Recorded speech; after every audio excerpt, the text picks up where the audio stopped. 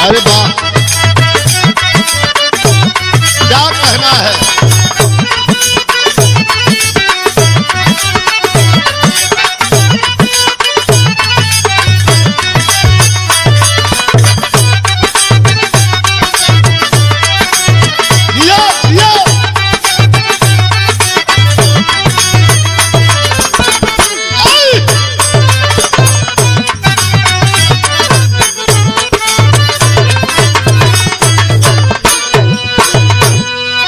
हाँ साथियों, एक प्रस्तुति और गायक विजयलाल यादव और साथियों की आवाज में बिहार के ऐसे वीर पुरुष को हम आपके सामने रखने जा रहे हैं कि सुनने के बाद एक बार हमें आपको क्रांति नजर आएगी।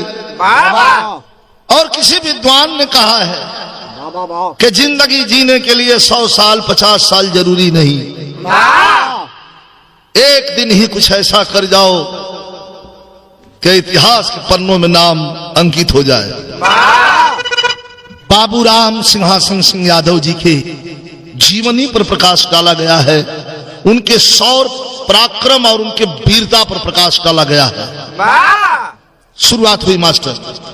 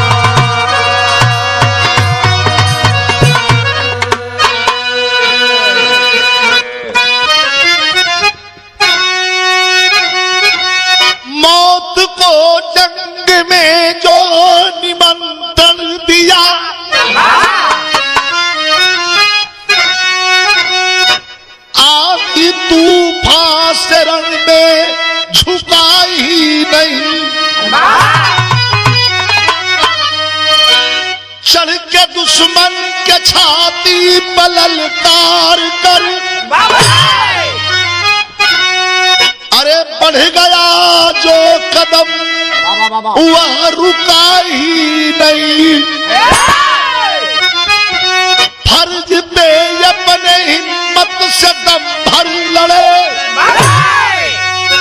मौत को भी गले से लगाए रहे, तोड़ दुश्मन को डाले हिले तक नहीं। राम सिंहासन सिंह यादव चिछाए रहे।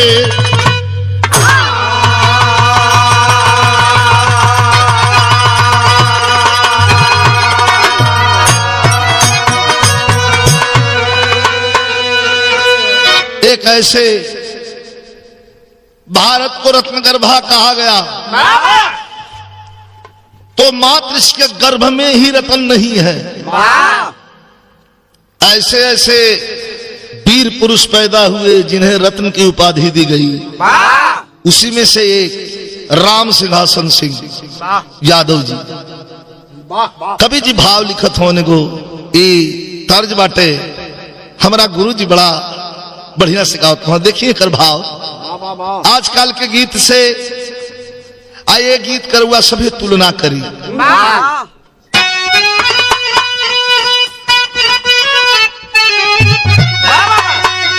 क्या मदिरा मदिरा, अरे मदिरा का मतलब अरे सबाब हो जाते, अरे सबाब हो जाते तक कटवा कटवा से अलगे गुलाब हो जाते।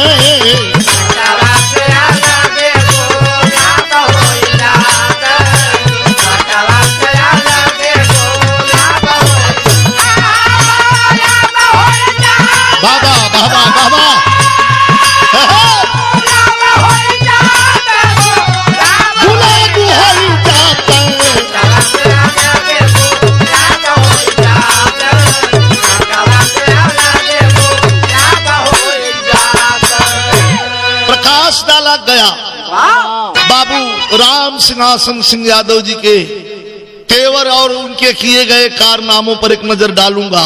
पहले जरा जीवन परिचय तो ले लीजिए। कवि जी कहते हैं कैसा कि शेरा नहीं जिया कबो अरसियरन के ढंग में। शेर कितनो थक जाए लेकिन सियार के ढंग से ओकर जिंदगी ना भी थी। कैसे ओकर जिंदगी चली के शेरा नहीं अरे जिया कबो अरसियरन के ढंग में। बागी दिल कबीरता से खाई डाला जंग में।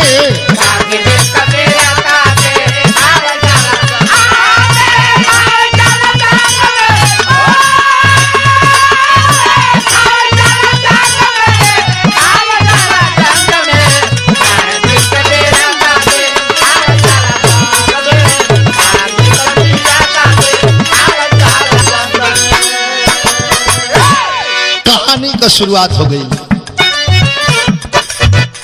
आन पैसान दे के जान जो बचाता है, इतिहास बोध में उसे लेकर दुलराता है। जिला रोहतास सासाराम है बिहार जहाँ, ग्राम गिरधरिया पोस्ट शिव सागर परिवार जहाँ, वहीं पर रामपति सिंह यादव का परिवार बसा। ग्राम गिरधरिया में वहीं पर रामपति सिंह यादव का परिवार बसा। पत्नी बिगनी देवी खुशियों का संसार बसा। 1945 में आंचल में एक लाल हुआ, पुत्र ओजस्वी है खानदान यह खुशहाल हुआ। तो फिर जो भी देखता ललन को दिल में चलता था, अरे जो भी देखता ललन को दिल में चलता था, सभी के मुख से सब एक ही निकलता था।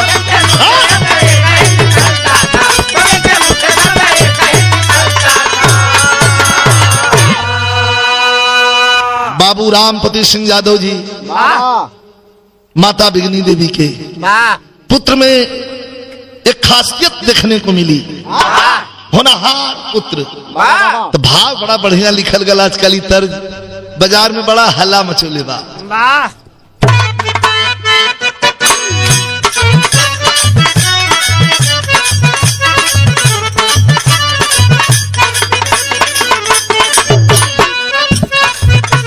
तर्ज से बढ़िया भाव फर्ज का बा। लोग पुत्र जन्म पर बाबू राम सिंह यादव जी का जन्म भइल तो लोग का कहत रहे, बबुआ बड़ होके बहुते समझदार होई है, शानदार होई है, पानीदार होई है।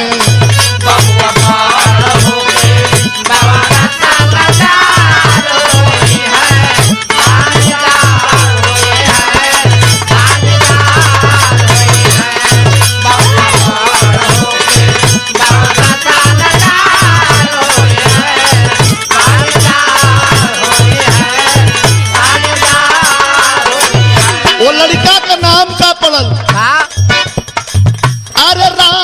सिंहासन सिंह यादव पड़ल नाम हो।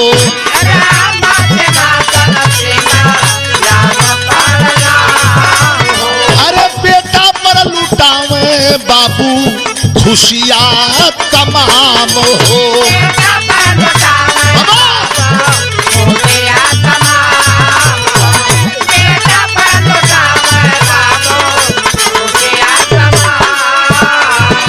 बचपने में रुआब चिन्हाए लगल। तो बाबू को है बेटा, अरे बाबू को है बेटा, हमरो रोबतार होई है, शानदार होई है, अरे पानीदार होई है।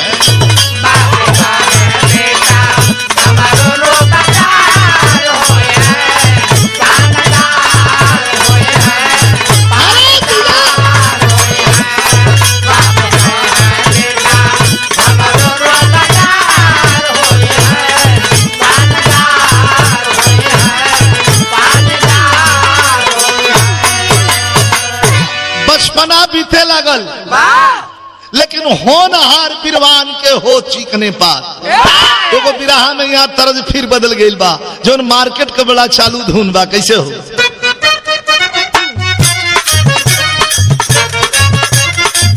कौना टोन पर लिखल गई बा कि गाना से अलग बाटे, इधर धुन बा, कमन धुन बा। आप पहिने लू साड़ी चाहे सूट सलवार,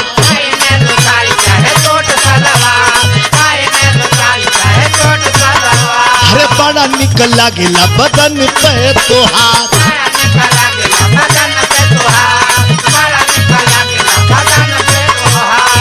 अरे होठ मधुशाला तोहर जाम भइल बा,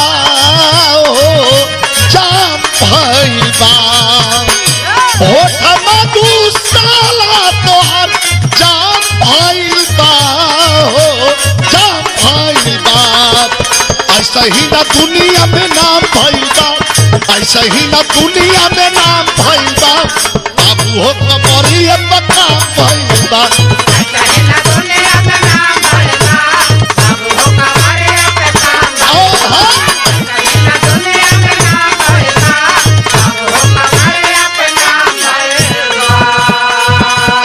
सिंहासन सिंह यादव जी के पिताजी पर लिखल गई।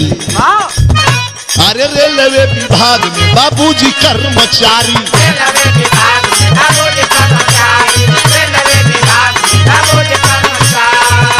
आ घर को संभर ले वो सारी जिम्मेदारी,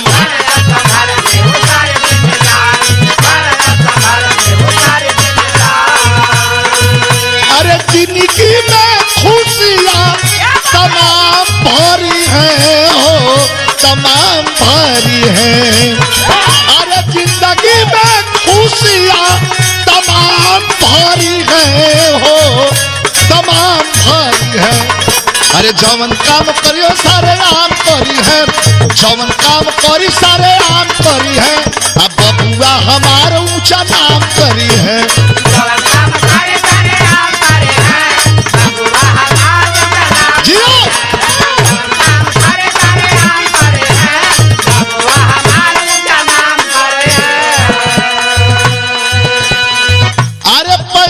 से साथ ले पट्टी में पढ़ावाले,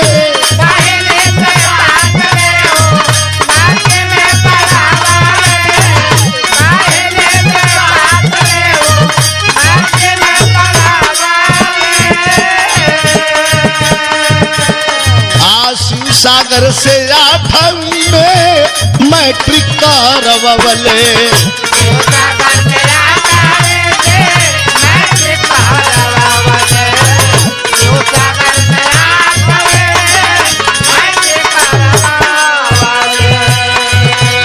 धन के कमजोरी दिल टूट गईल बा, मैट्रिक के पढ़ाई आखी छूट गईल बा।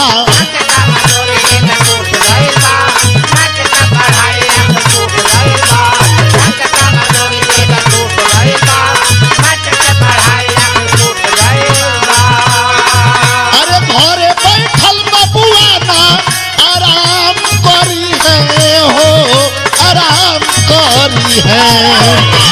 अरे बैठल बबुआना आराम करी है, हो आराम करी है। अरे जवन काम करी सारे आम करी है, जवन काम करी सारे आम करी है। अब बचावा हमारा ऊंचा नाम करी है,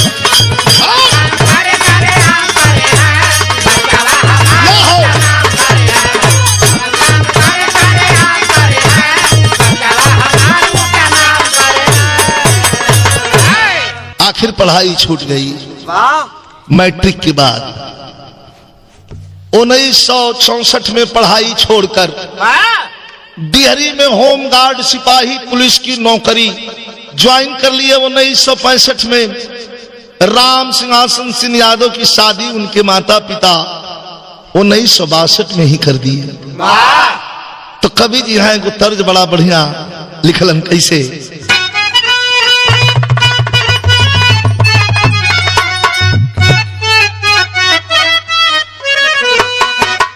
तर्ज आप लोग का चीर परिचित बा। क्या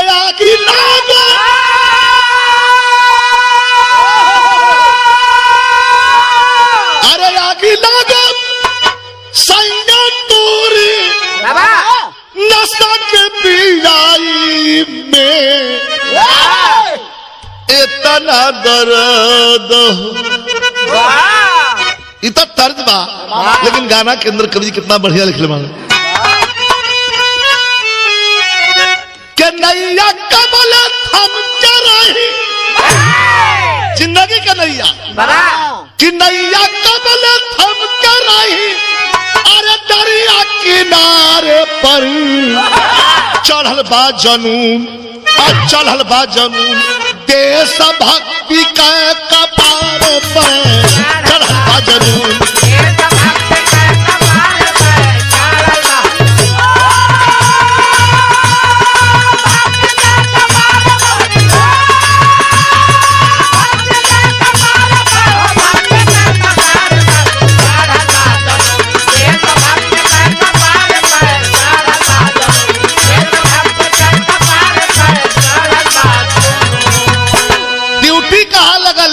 होमगार्ड में जिला रोहतास हो कोवाथ नहर थाना ड्यूटी पर डांटल रहले देश का दीवाना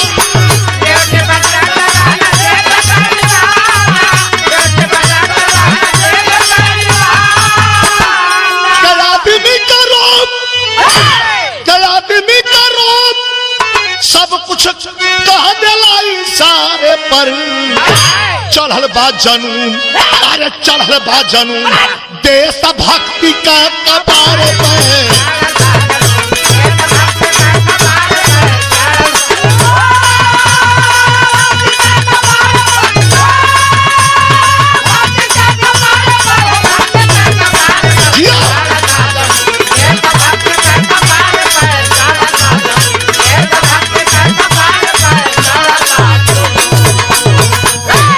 शान से ड्यूटी निभा रहे हैं।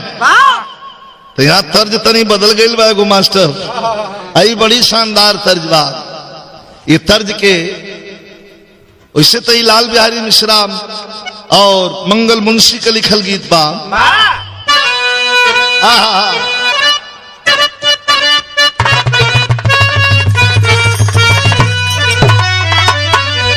बाबूराम सिंहासन से ड्यूटी पर हैं। अब जरा चलते हैं उस दिन को याद करते हैं जिस दिन अपने शौर्य अपने वीरता और पराक्रम दिखाने का वक्त इंतजार नहीं करता, आता है चला जाता है। वक्त पर जो जाग गया वो कुछ पा लेता है और जो नहीं जागता है वह गंवा देता है। राम सिंहासन सिंह यादव ड्यूटी पर हैं तो कभी जी भाव लिखत होवन चिर परिचित तर्जबा आप लोगन का माई हो ललनवा देदा। हमने के गीत के फिल्म में भी डाल देनी जाओ। इसे मशहूर कथावाचक विश्वविख्यात राजन जी महाराज की आवाज में रुआ सब बधाई गीत भी पर सुनीला। राजा जी खजनवा देदा, रानी जी गहनवा देदा। लेकिन ड्यूटी पर राम सिंहासन सिंह यादव सिपाहियों के साथ खड़े हैं तो कभी भाव लिखते हैं कि अरे ड्यूटी पर जवाना वार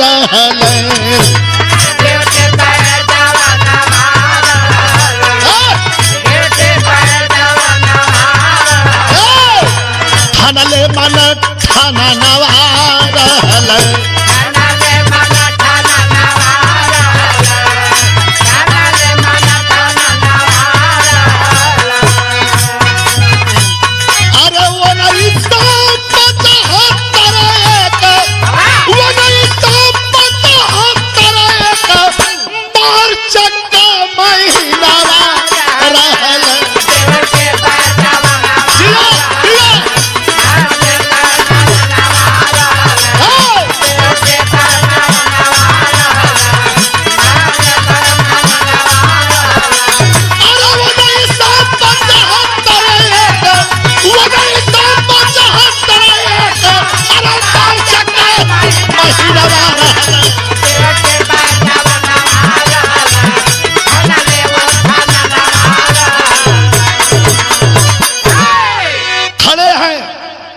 साथियों के साथ थाने पर ड्यूटी लगी है तो चार नौजवान साथे अपहरा पड़ल रहले।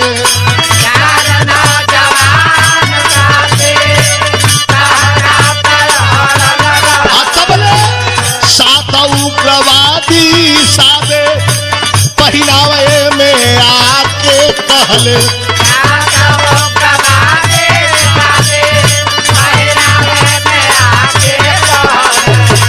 आके कटु बचनवा कहले।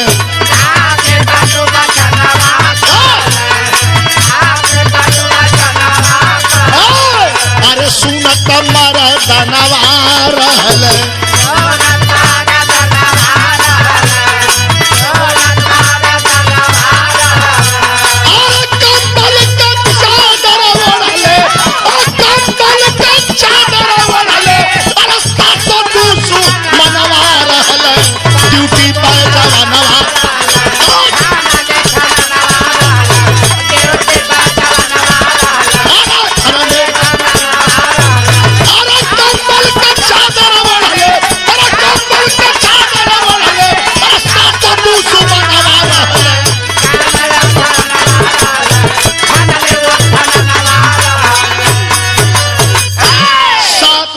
सादे ड्रेस में आकर के राम सिंहासन सिंह यादव से पूछने लगे तहसीलदार साहब कहाँ हैं?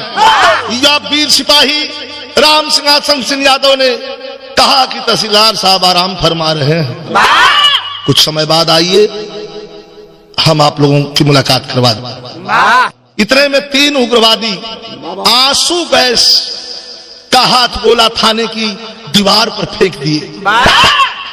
राम सिंहासन सिंह यादव तुरंत समझ गए कि ये भेष बदलकर उग्रवादी हैं। बिना विलंब किए हाथ में राइफल संभाल लेते हैं, संभाल लेते हैं राइफल और करते हैं क्या मास्टर? क्या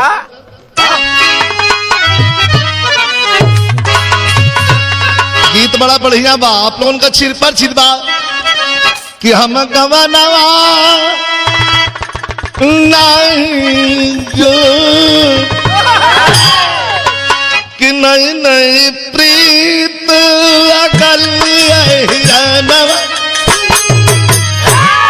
तर्ज बा लेकिन फर्ज पे आई कैसा? सन सन सन कल बागवलिया ना, अरे सन सन सन कल बागवलिया ना, टूट गई दुश्मन के ऊपर टोलिया की, टूट गई दुश्मन के ऊपर टोलिया। सन सन सन कल बागवलिया ना,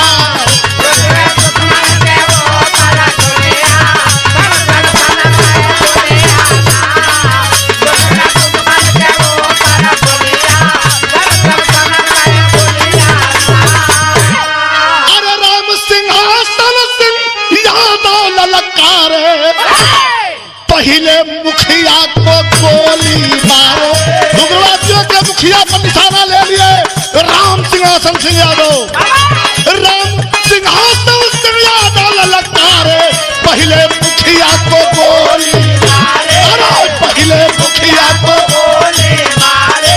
अरे वो कर बंद भइल बे बोलिया, वो कर बंद भइल बे बोलिया की, सन सन सन कलबा बोलिया का,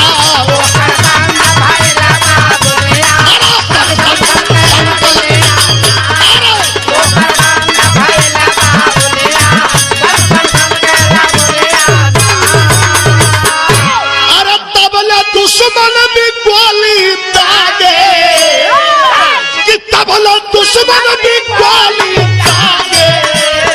संग के चारों सिपाही, संग के चारों सिपाही भागे, संग के चारों सिपाही खेल अकेले पुनवा का होलिया, खेल अकेले पुनवा का होलिया। सन सन सन कलबा गोलिया,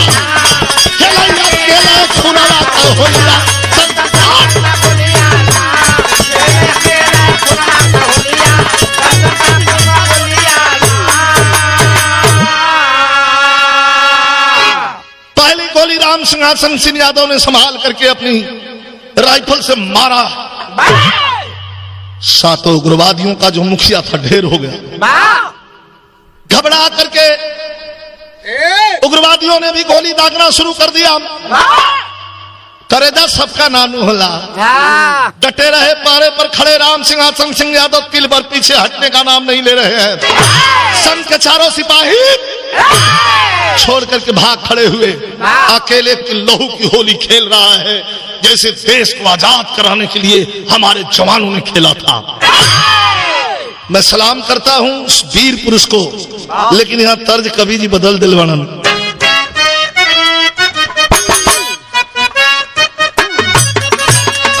अच्छा तो छो गो की दड़ घेर ले, छो गो आतंकवादी के बीच में अकेल घेराइल बालन बाबू राम सिंहासन सिंह यादव। तब छो गो की दड़ घेर ले, ये कहीं गो शेर के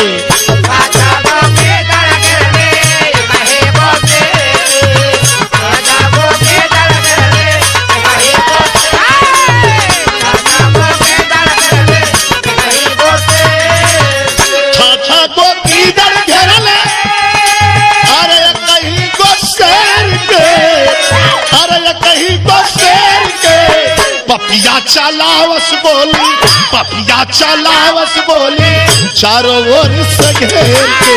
पपिया चलावस बोली, चारों ओर से घेर के।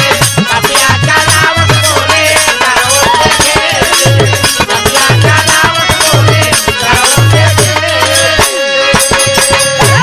छह गो आतंकवादियों से अकेले मोर्चे पर डटे हुए हैं राम सिंहासन सिंह यादव।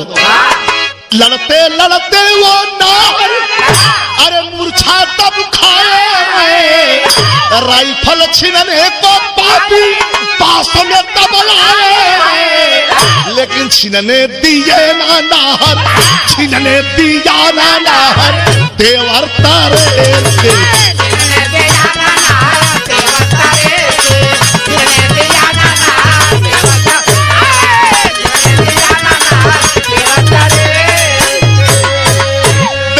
बनी हुई राइफल मूर्छित अवस्था में थे। उग्रवादी राइफल छीनना चाहते हैं, उनका मकसद तो यही था, लेकिन बेल्ट में बंधी हुई जमही हाथ एक उग्रवादी लगाता हाथ, राम सिंहासन सिंह हाथ से पकड़ लेते हैं। मर जाऊंगा लेकिन भला ये कैसे ले जाओगे, ये हमारा गहना है, मेरा श्रृंगार है ये, और अपना श्रृंगार कोई कैसे दे सकता है।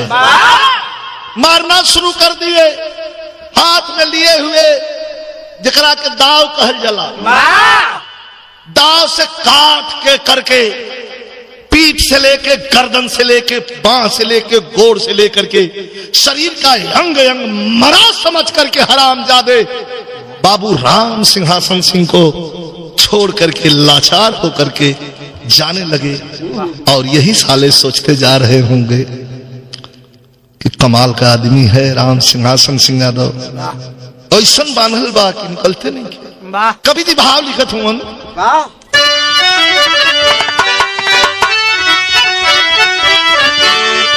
क्या मौत भी, अरे मौत भी जिससे मात खा गई, हाँ मौत भी जिससे मात खा गई, लहू से नाप दिया जो दुश्मन की औकात,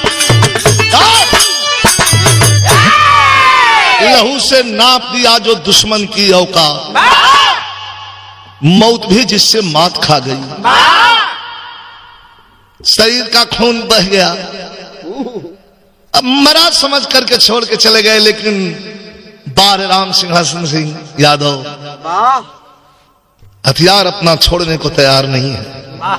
तो कवि लिखते हैं कि अरे आग के संग में, अरे आग के संग में लेके करे जा बागी आगी बनबा, जब अब दोस्त दुश्मन कोस हजारों बागी आगी बनबा, जब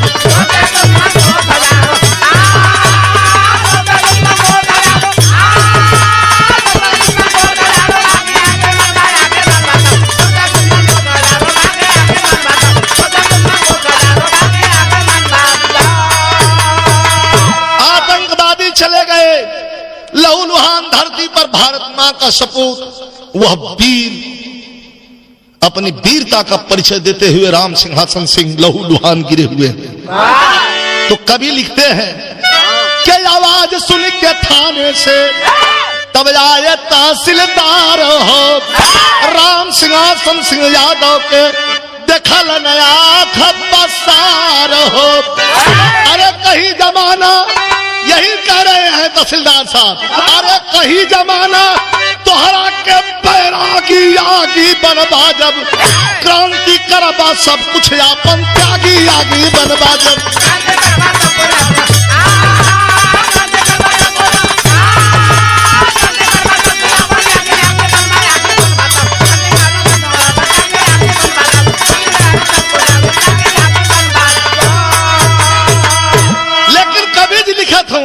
कि बड़ा किस्मत से होला, बड़ा किस्मत से होला, अरे पीर का जनमवा भैया।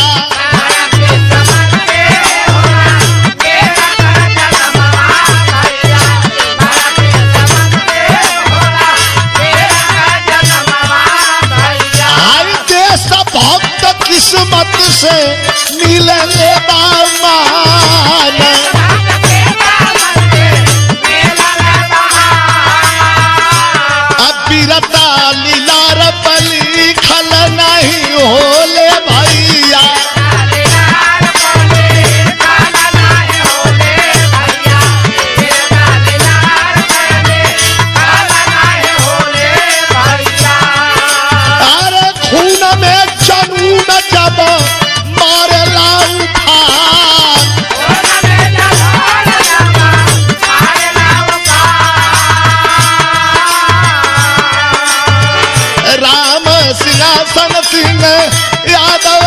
पटना बाबू। पहला उपचार, केस को संभाल लिया था डॉक्टर सुनील बोस डेहरी, उन्होंने केस को संभाला, लेकिन फिर पटना में उपचार शुरू हुआ। राम सिंहासन सिंह यादव पटना भैया।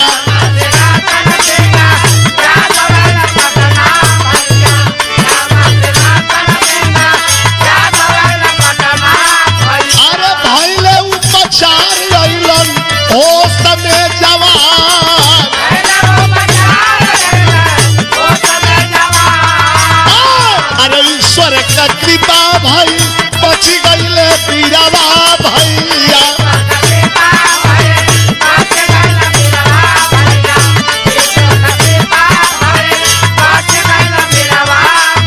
अरे पीरता सरा है आज पूरा हिंदुस्तान,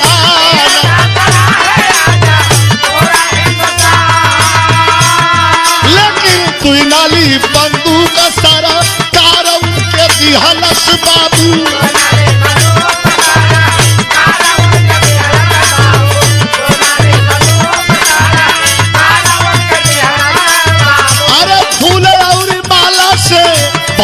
सम्मान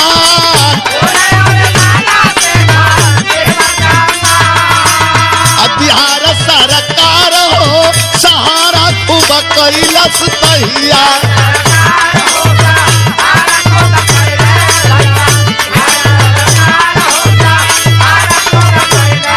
अरे सरकारी पुलिस का नौकर दिया दे के मान।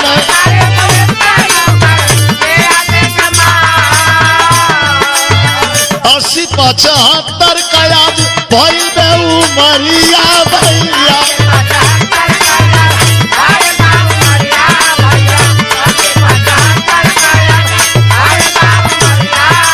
अरे सेवानिवृत्त वीर बाड़न अपना मकान।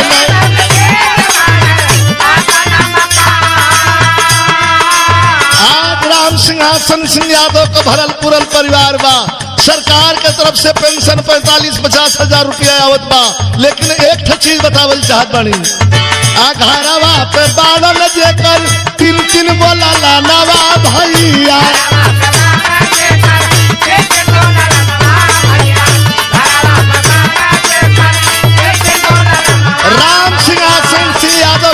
लड़का, एक जना बम्बई रहलन, एक जना पुलिस में बालन बनारस में, एक जना घरे। तो भावा अरे जय प्रकाश ओम प्रकाश विजय गुणवान,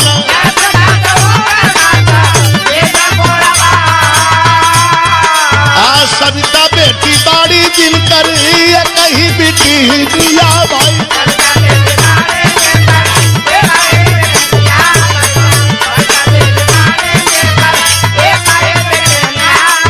अरे धरती पर वीर राजा भैले विद्यमान,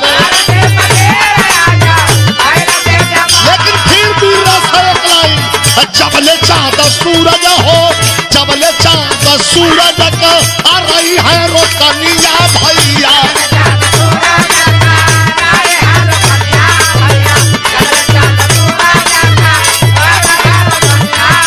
अरे तब तक होत रही वीरता बखान,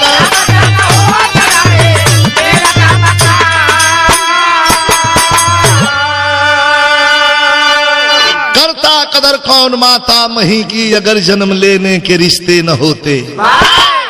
करता कदर कौन माता मही की अगर जन्म लेने के रिश्ते न होते। आजाद होता वतन ना हमारा अगर हिंद में ये फरिश्ते न होते। एक बात अपने युवा साथियों से बताऊंगा, राम सिंहासन सिंह यादव को इसलिए मैंने बिरहा के रूप में प्रस्तुत किया कि इससे आपको प्रेरणा लेनी चाहिए, सीख लेनी चाहिए कि राष्ट्र की संपत्ति, सरकार की संपत्ति पूरे हिंदुस्तान के लोगों, हिंदुस्तान के नागरिक की संपत्ति है। राष्ट्र की संपत्ति को बचाया हमारे जिगरबाज बहादुर राम सिंहासन सिंह यादव ने। तो आखिरी में भाव दिया गया, अरे धरा पर जब तक सृष्टि का पैगाम रही है कि राम सिंहासन सिंह यादव का ऊंचा नाम रही है।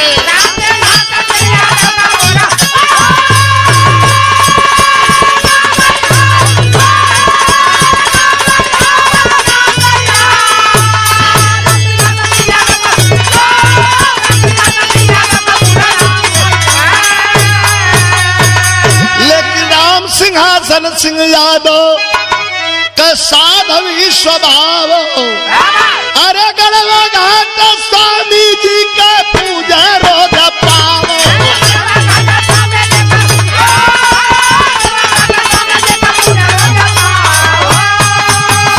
अरे स्वामी भक्त भैया अमित काम रही है। राम सिंहासन सिंह यादव के ऊंचा नाम रही है।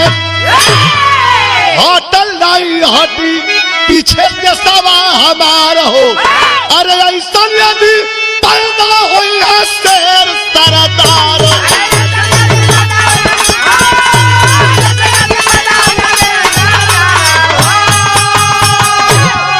तो हर दुश्मन का यही हिंद में इंतजाम रही है। राम सिंहासन सिंह यादव का ऊंचा नाम रही है।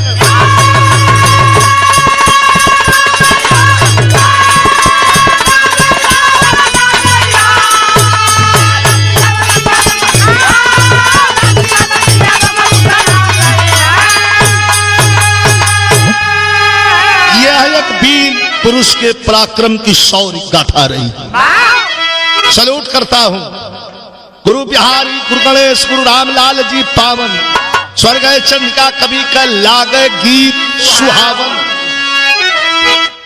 कि मौत भी जिससे बात खा गई, कि गई प्यार लाल के सिर सतगुरु के हाथ। मौत भी जिससे बात खा गई।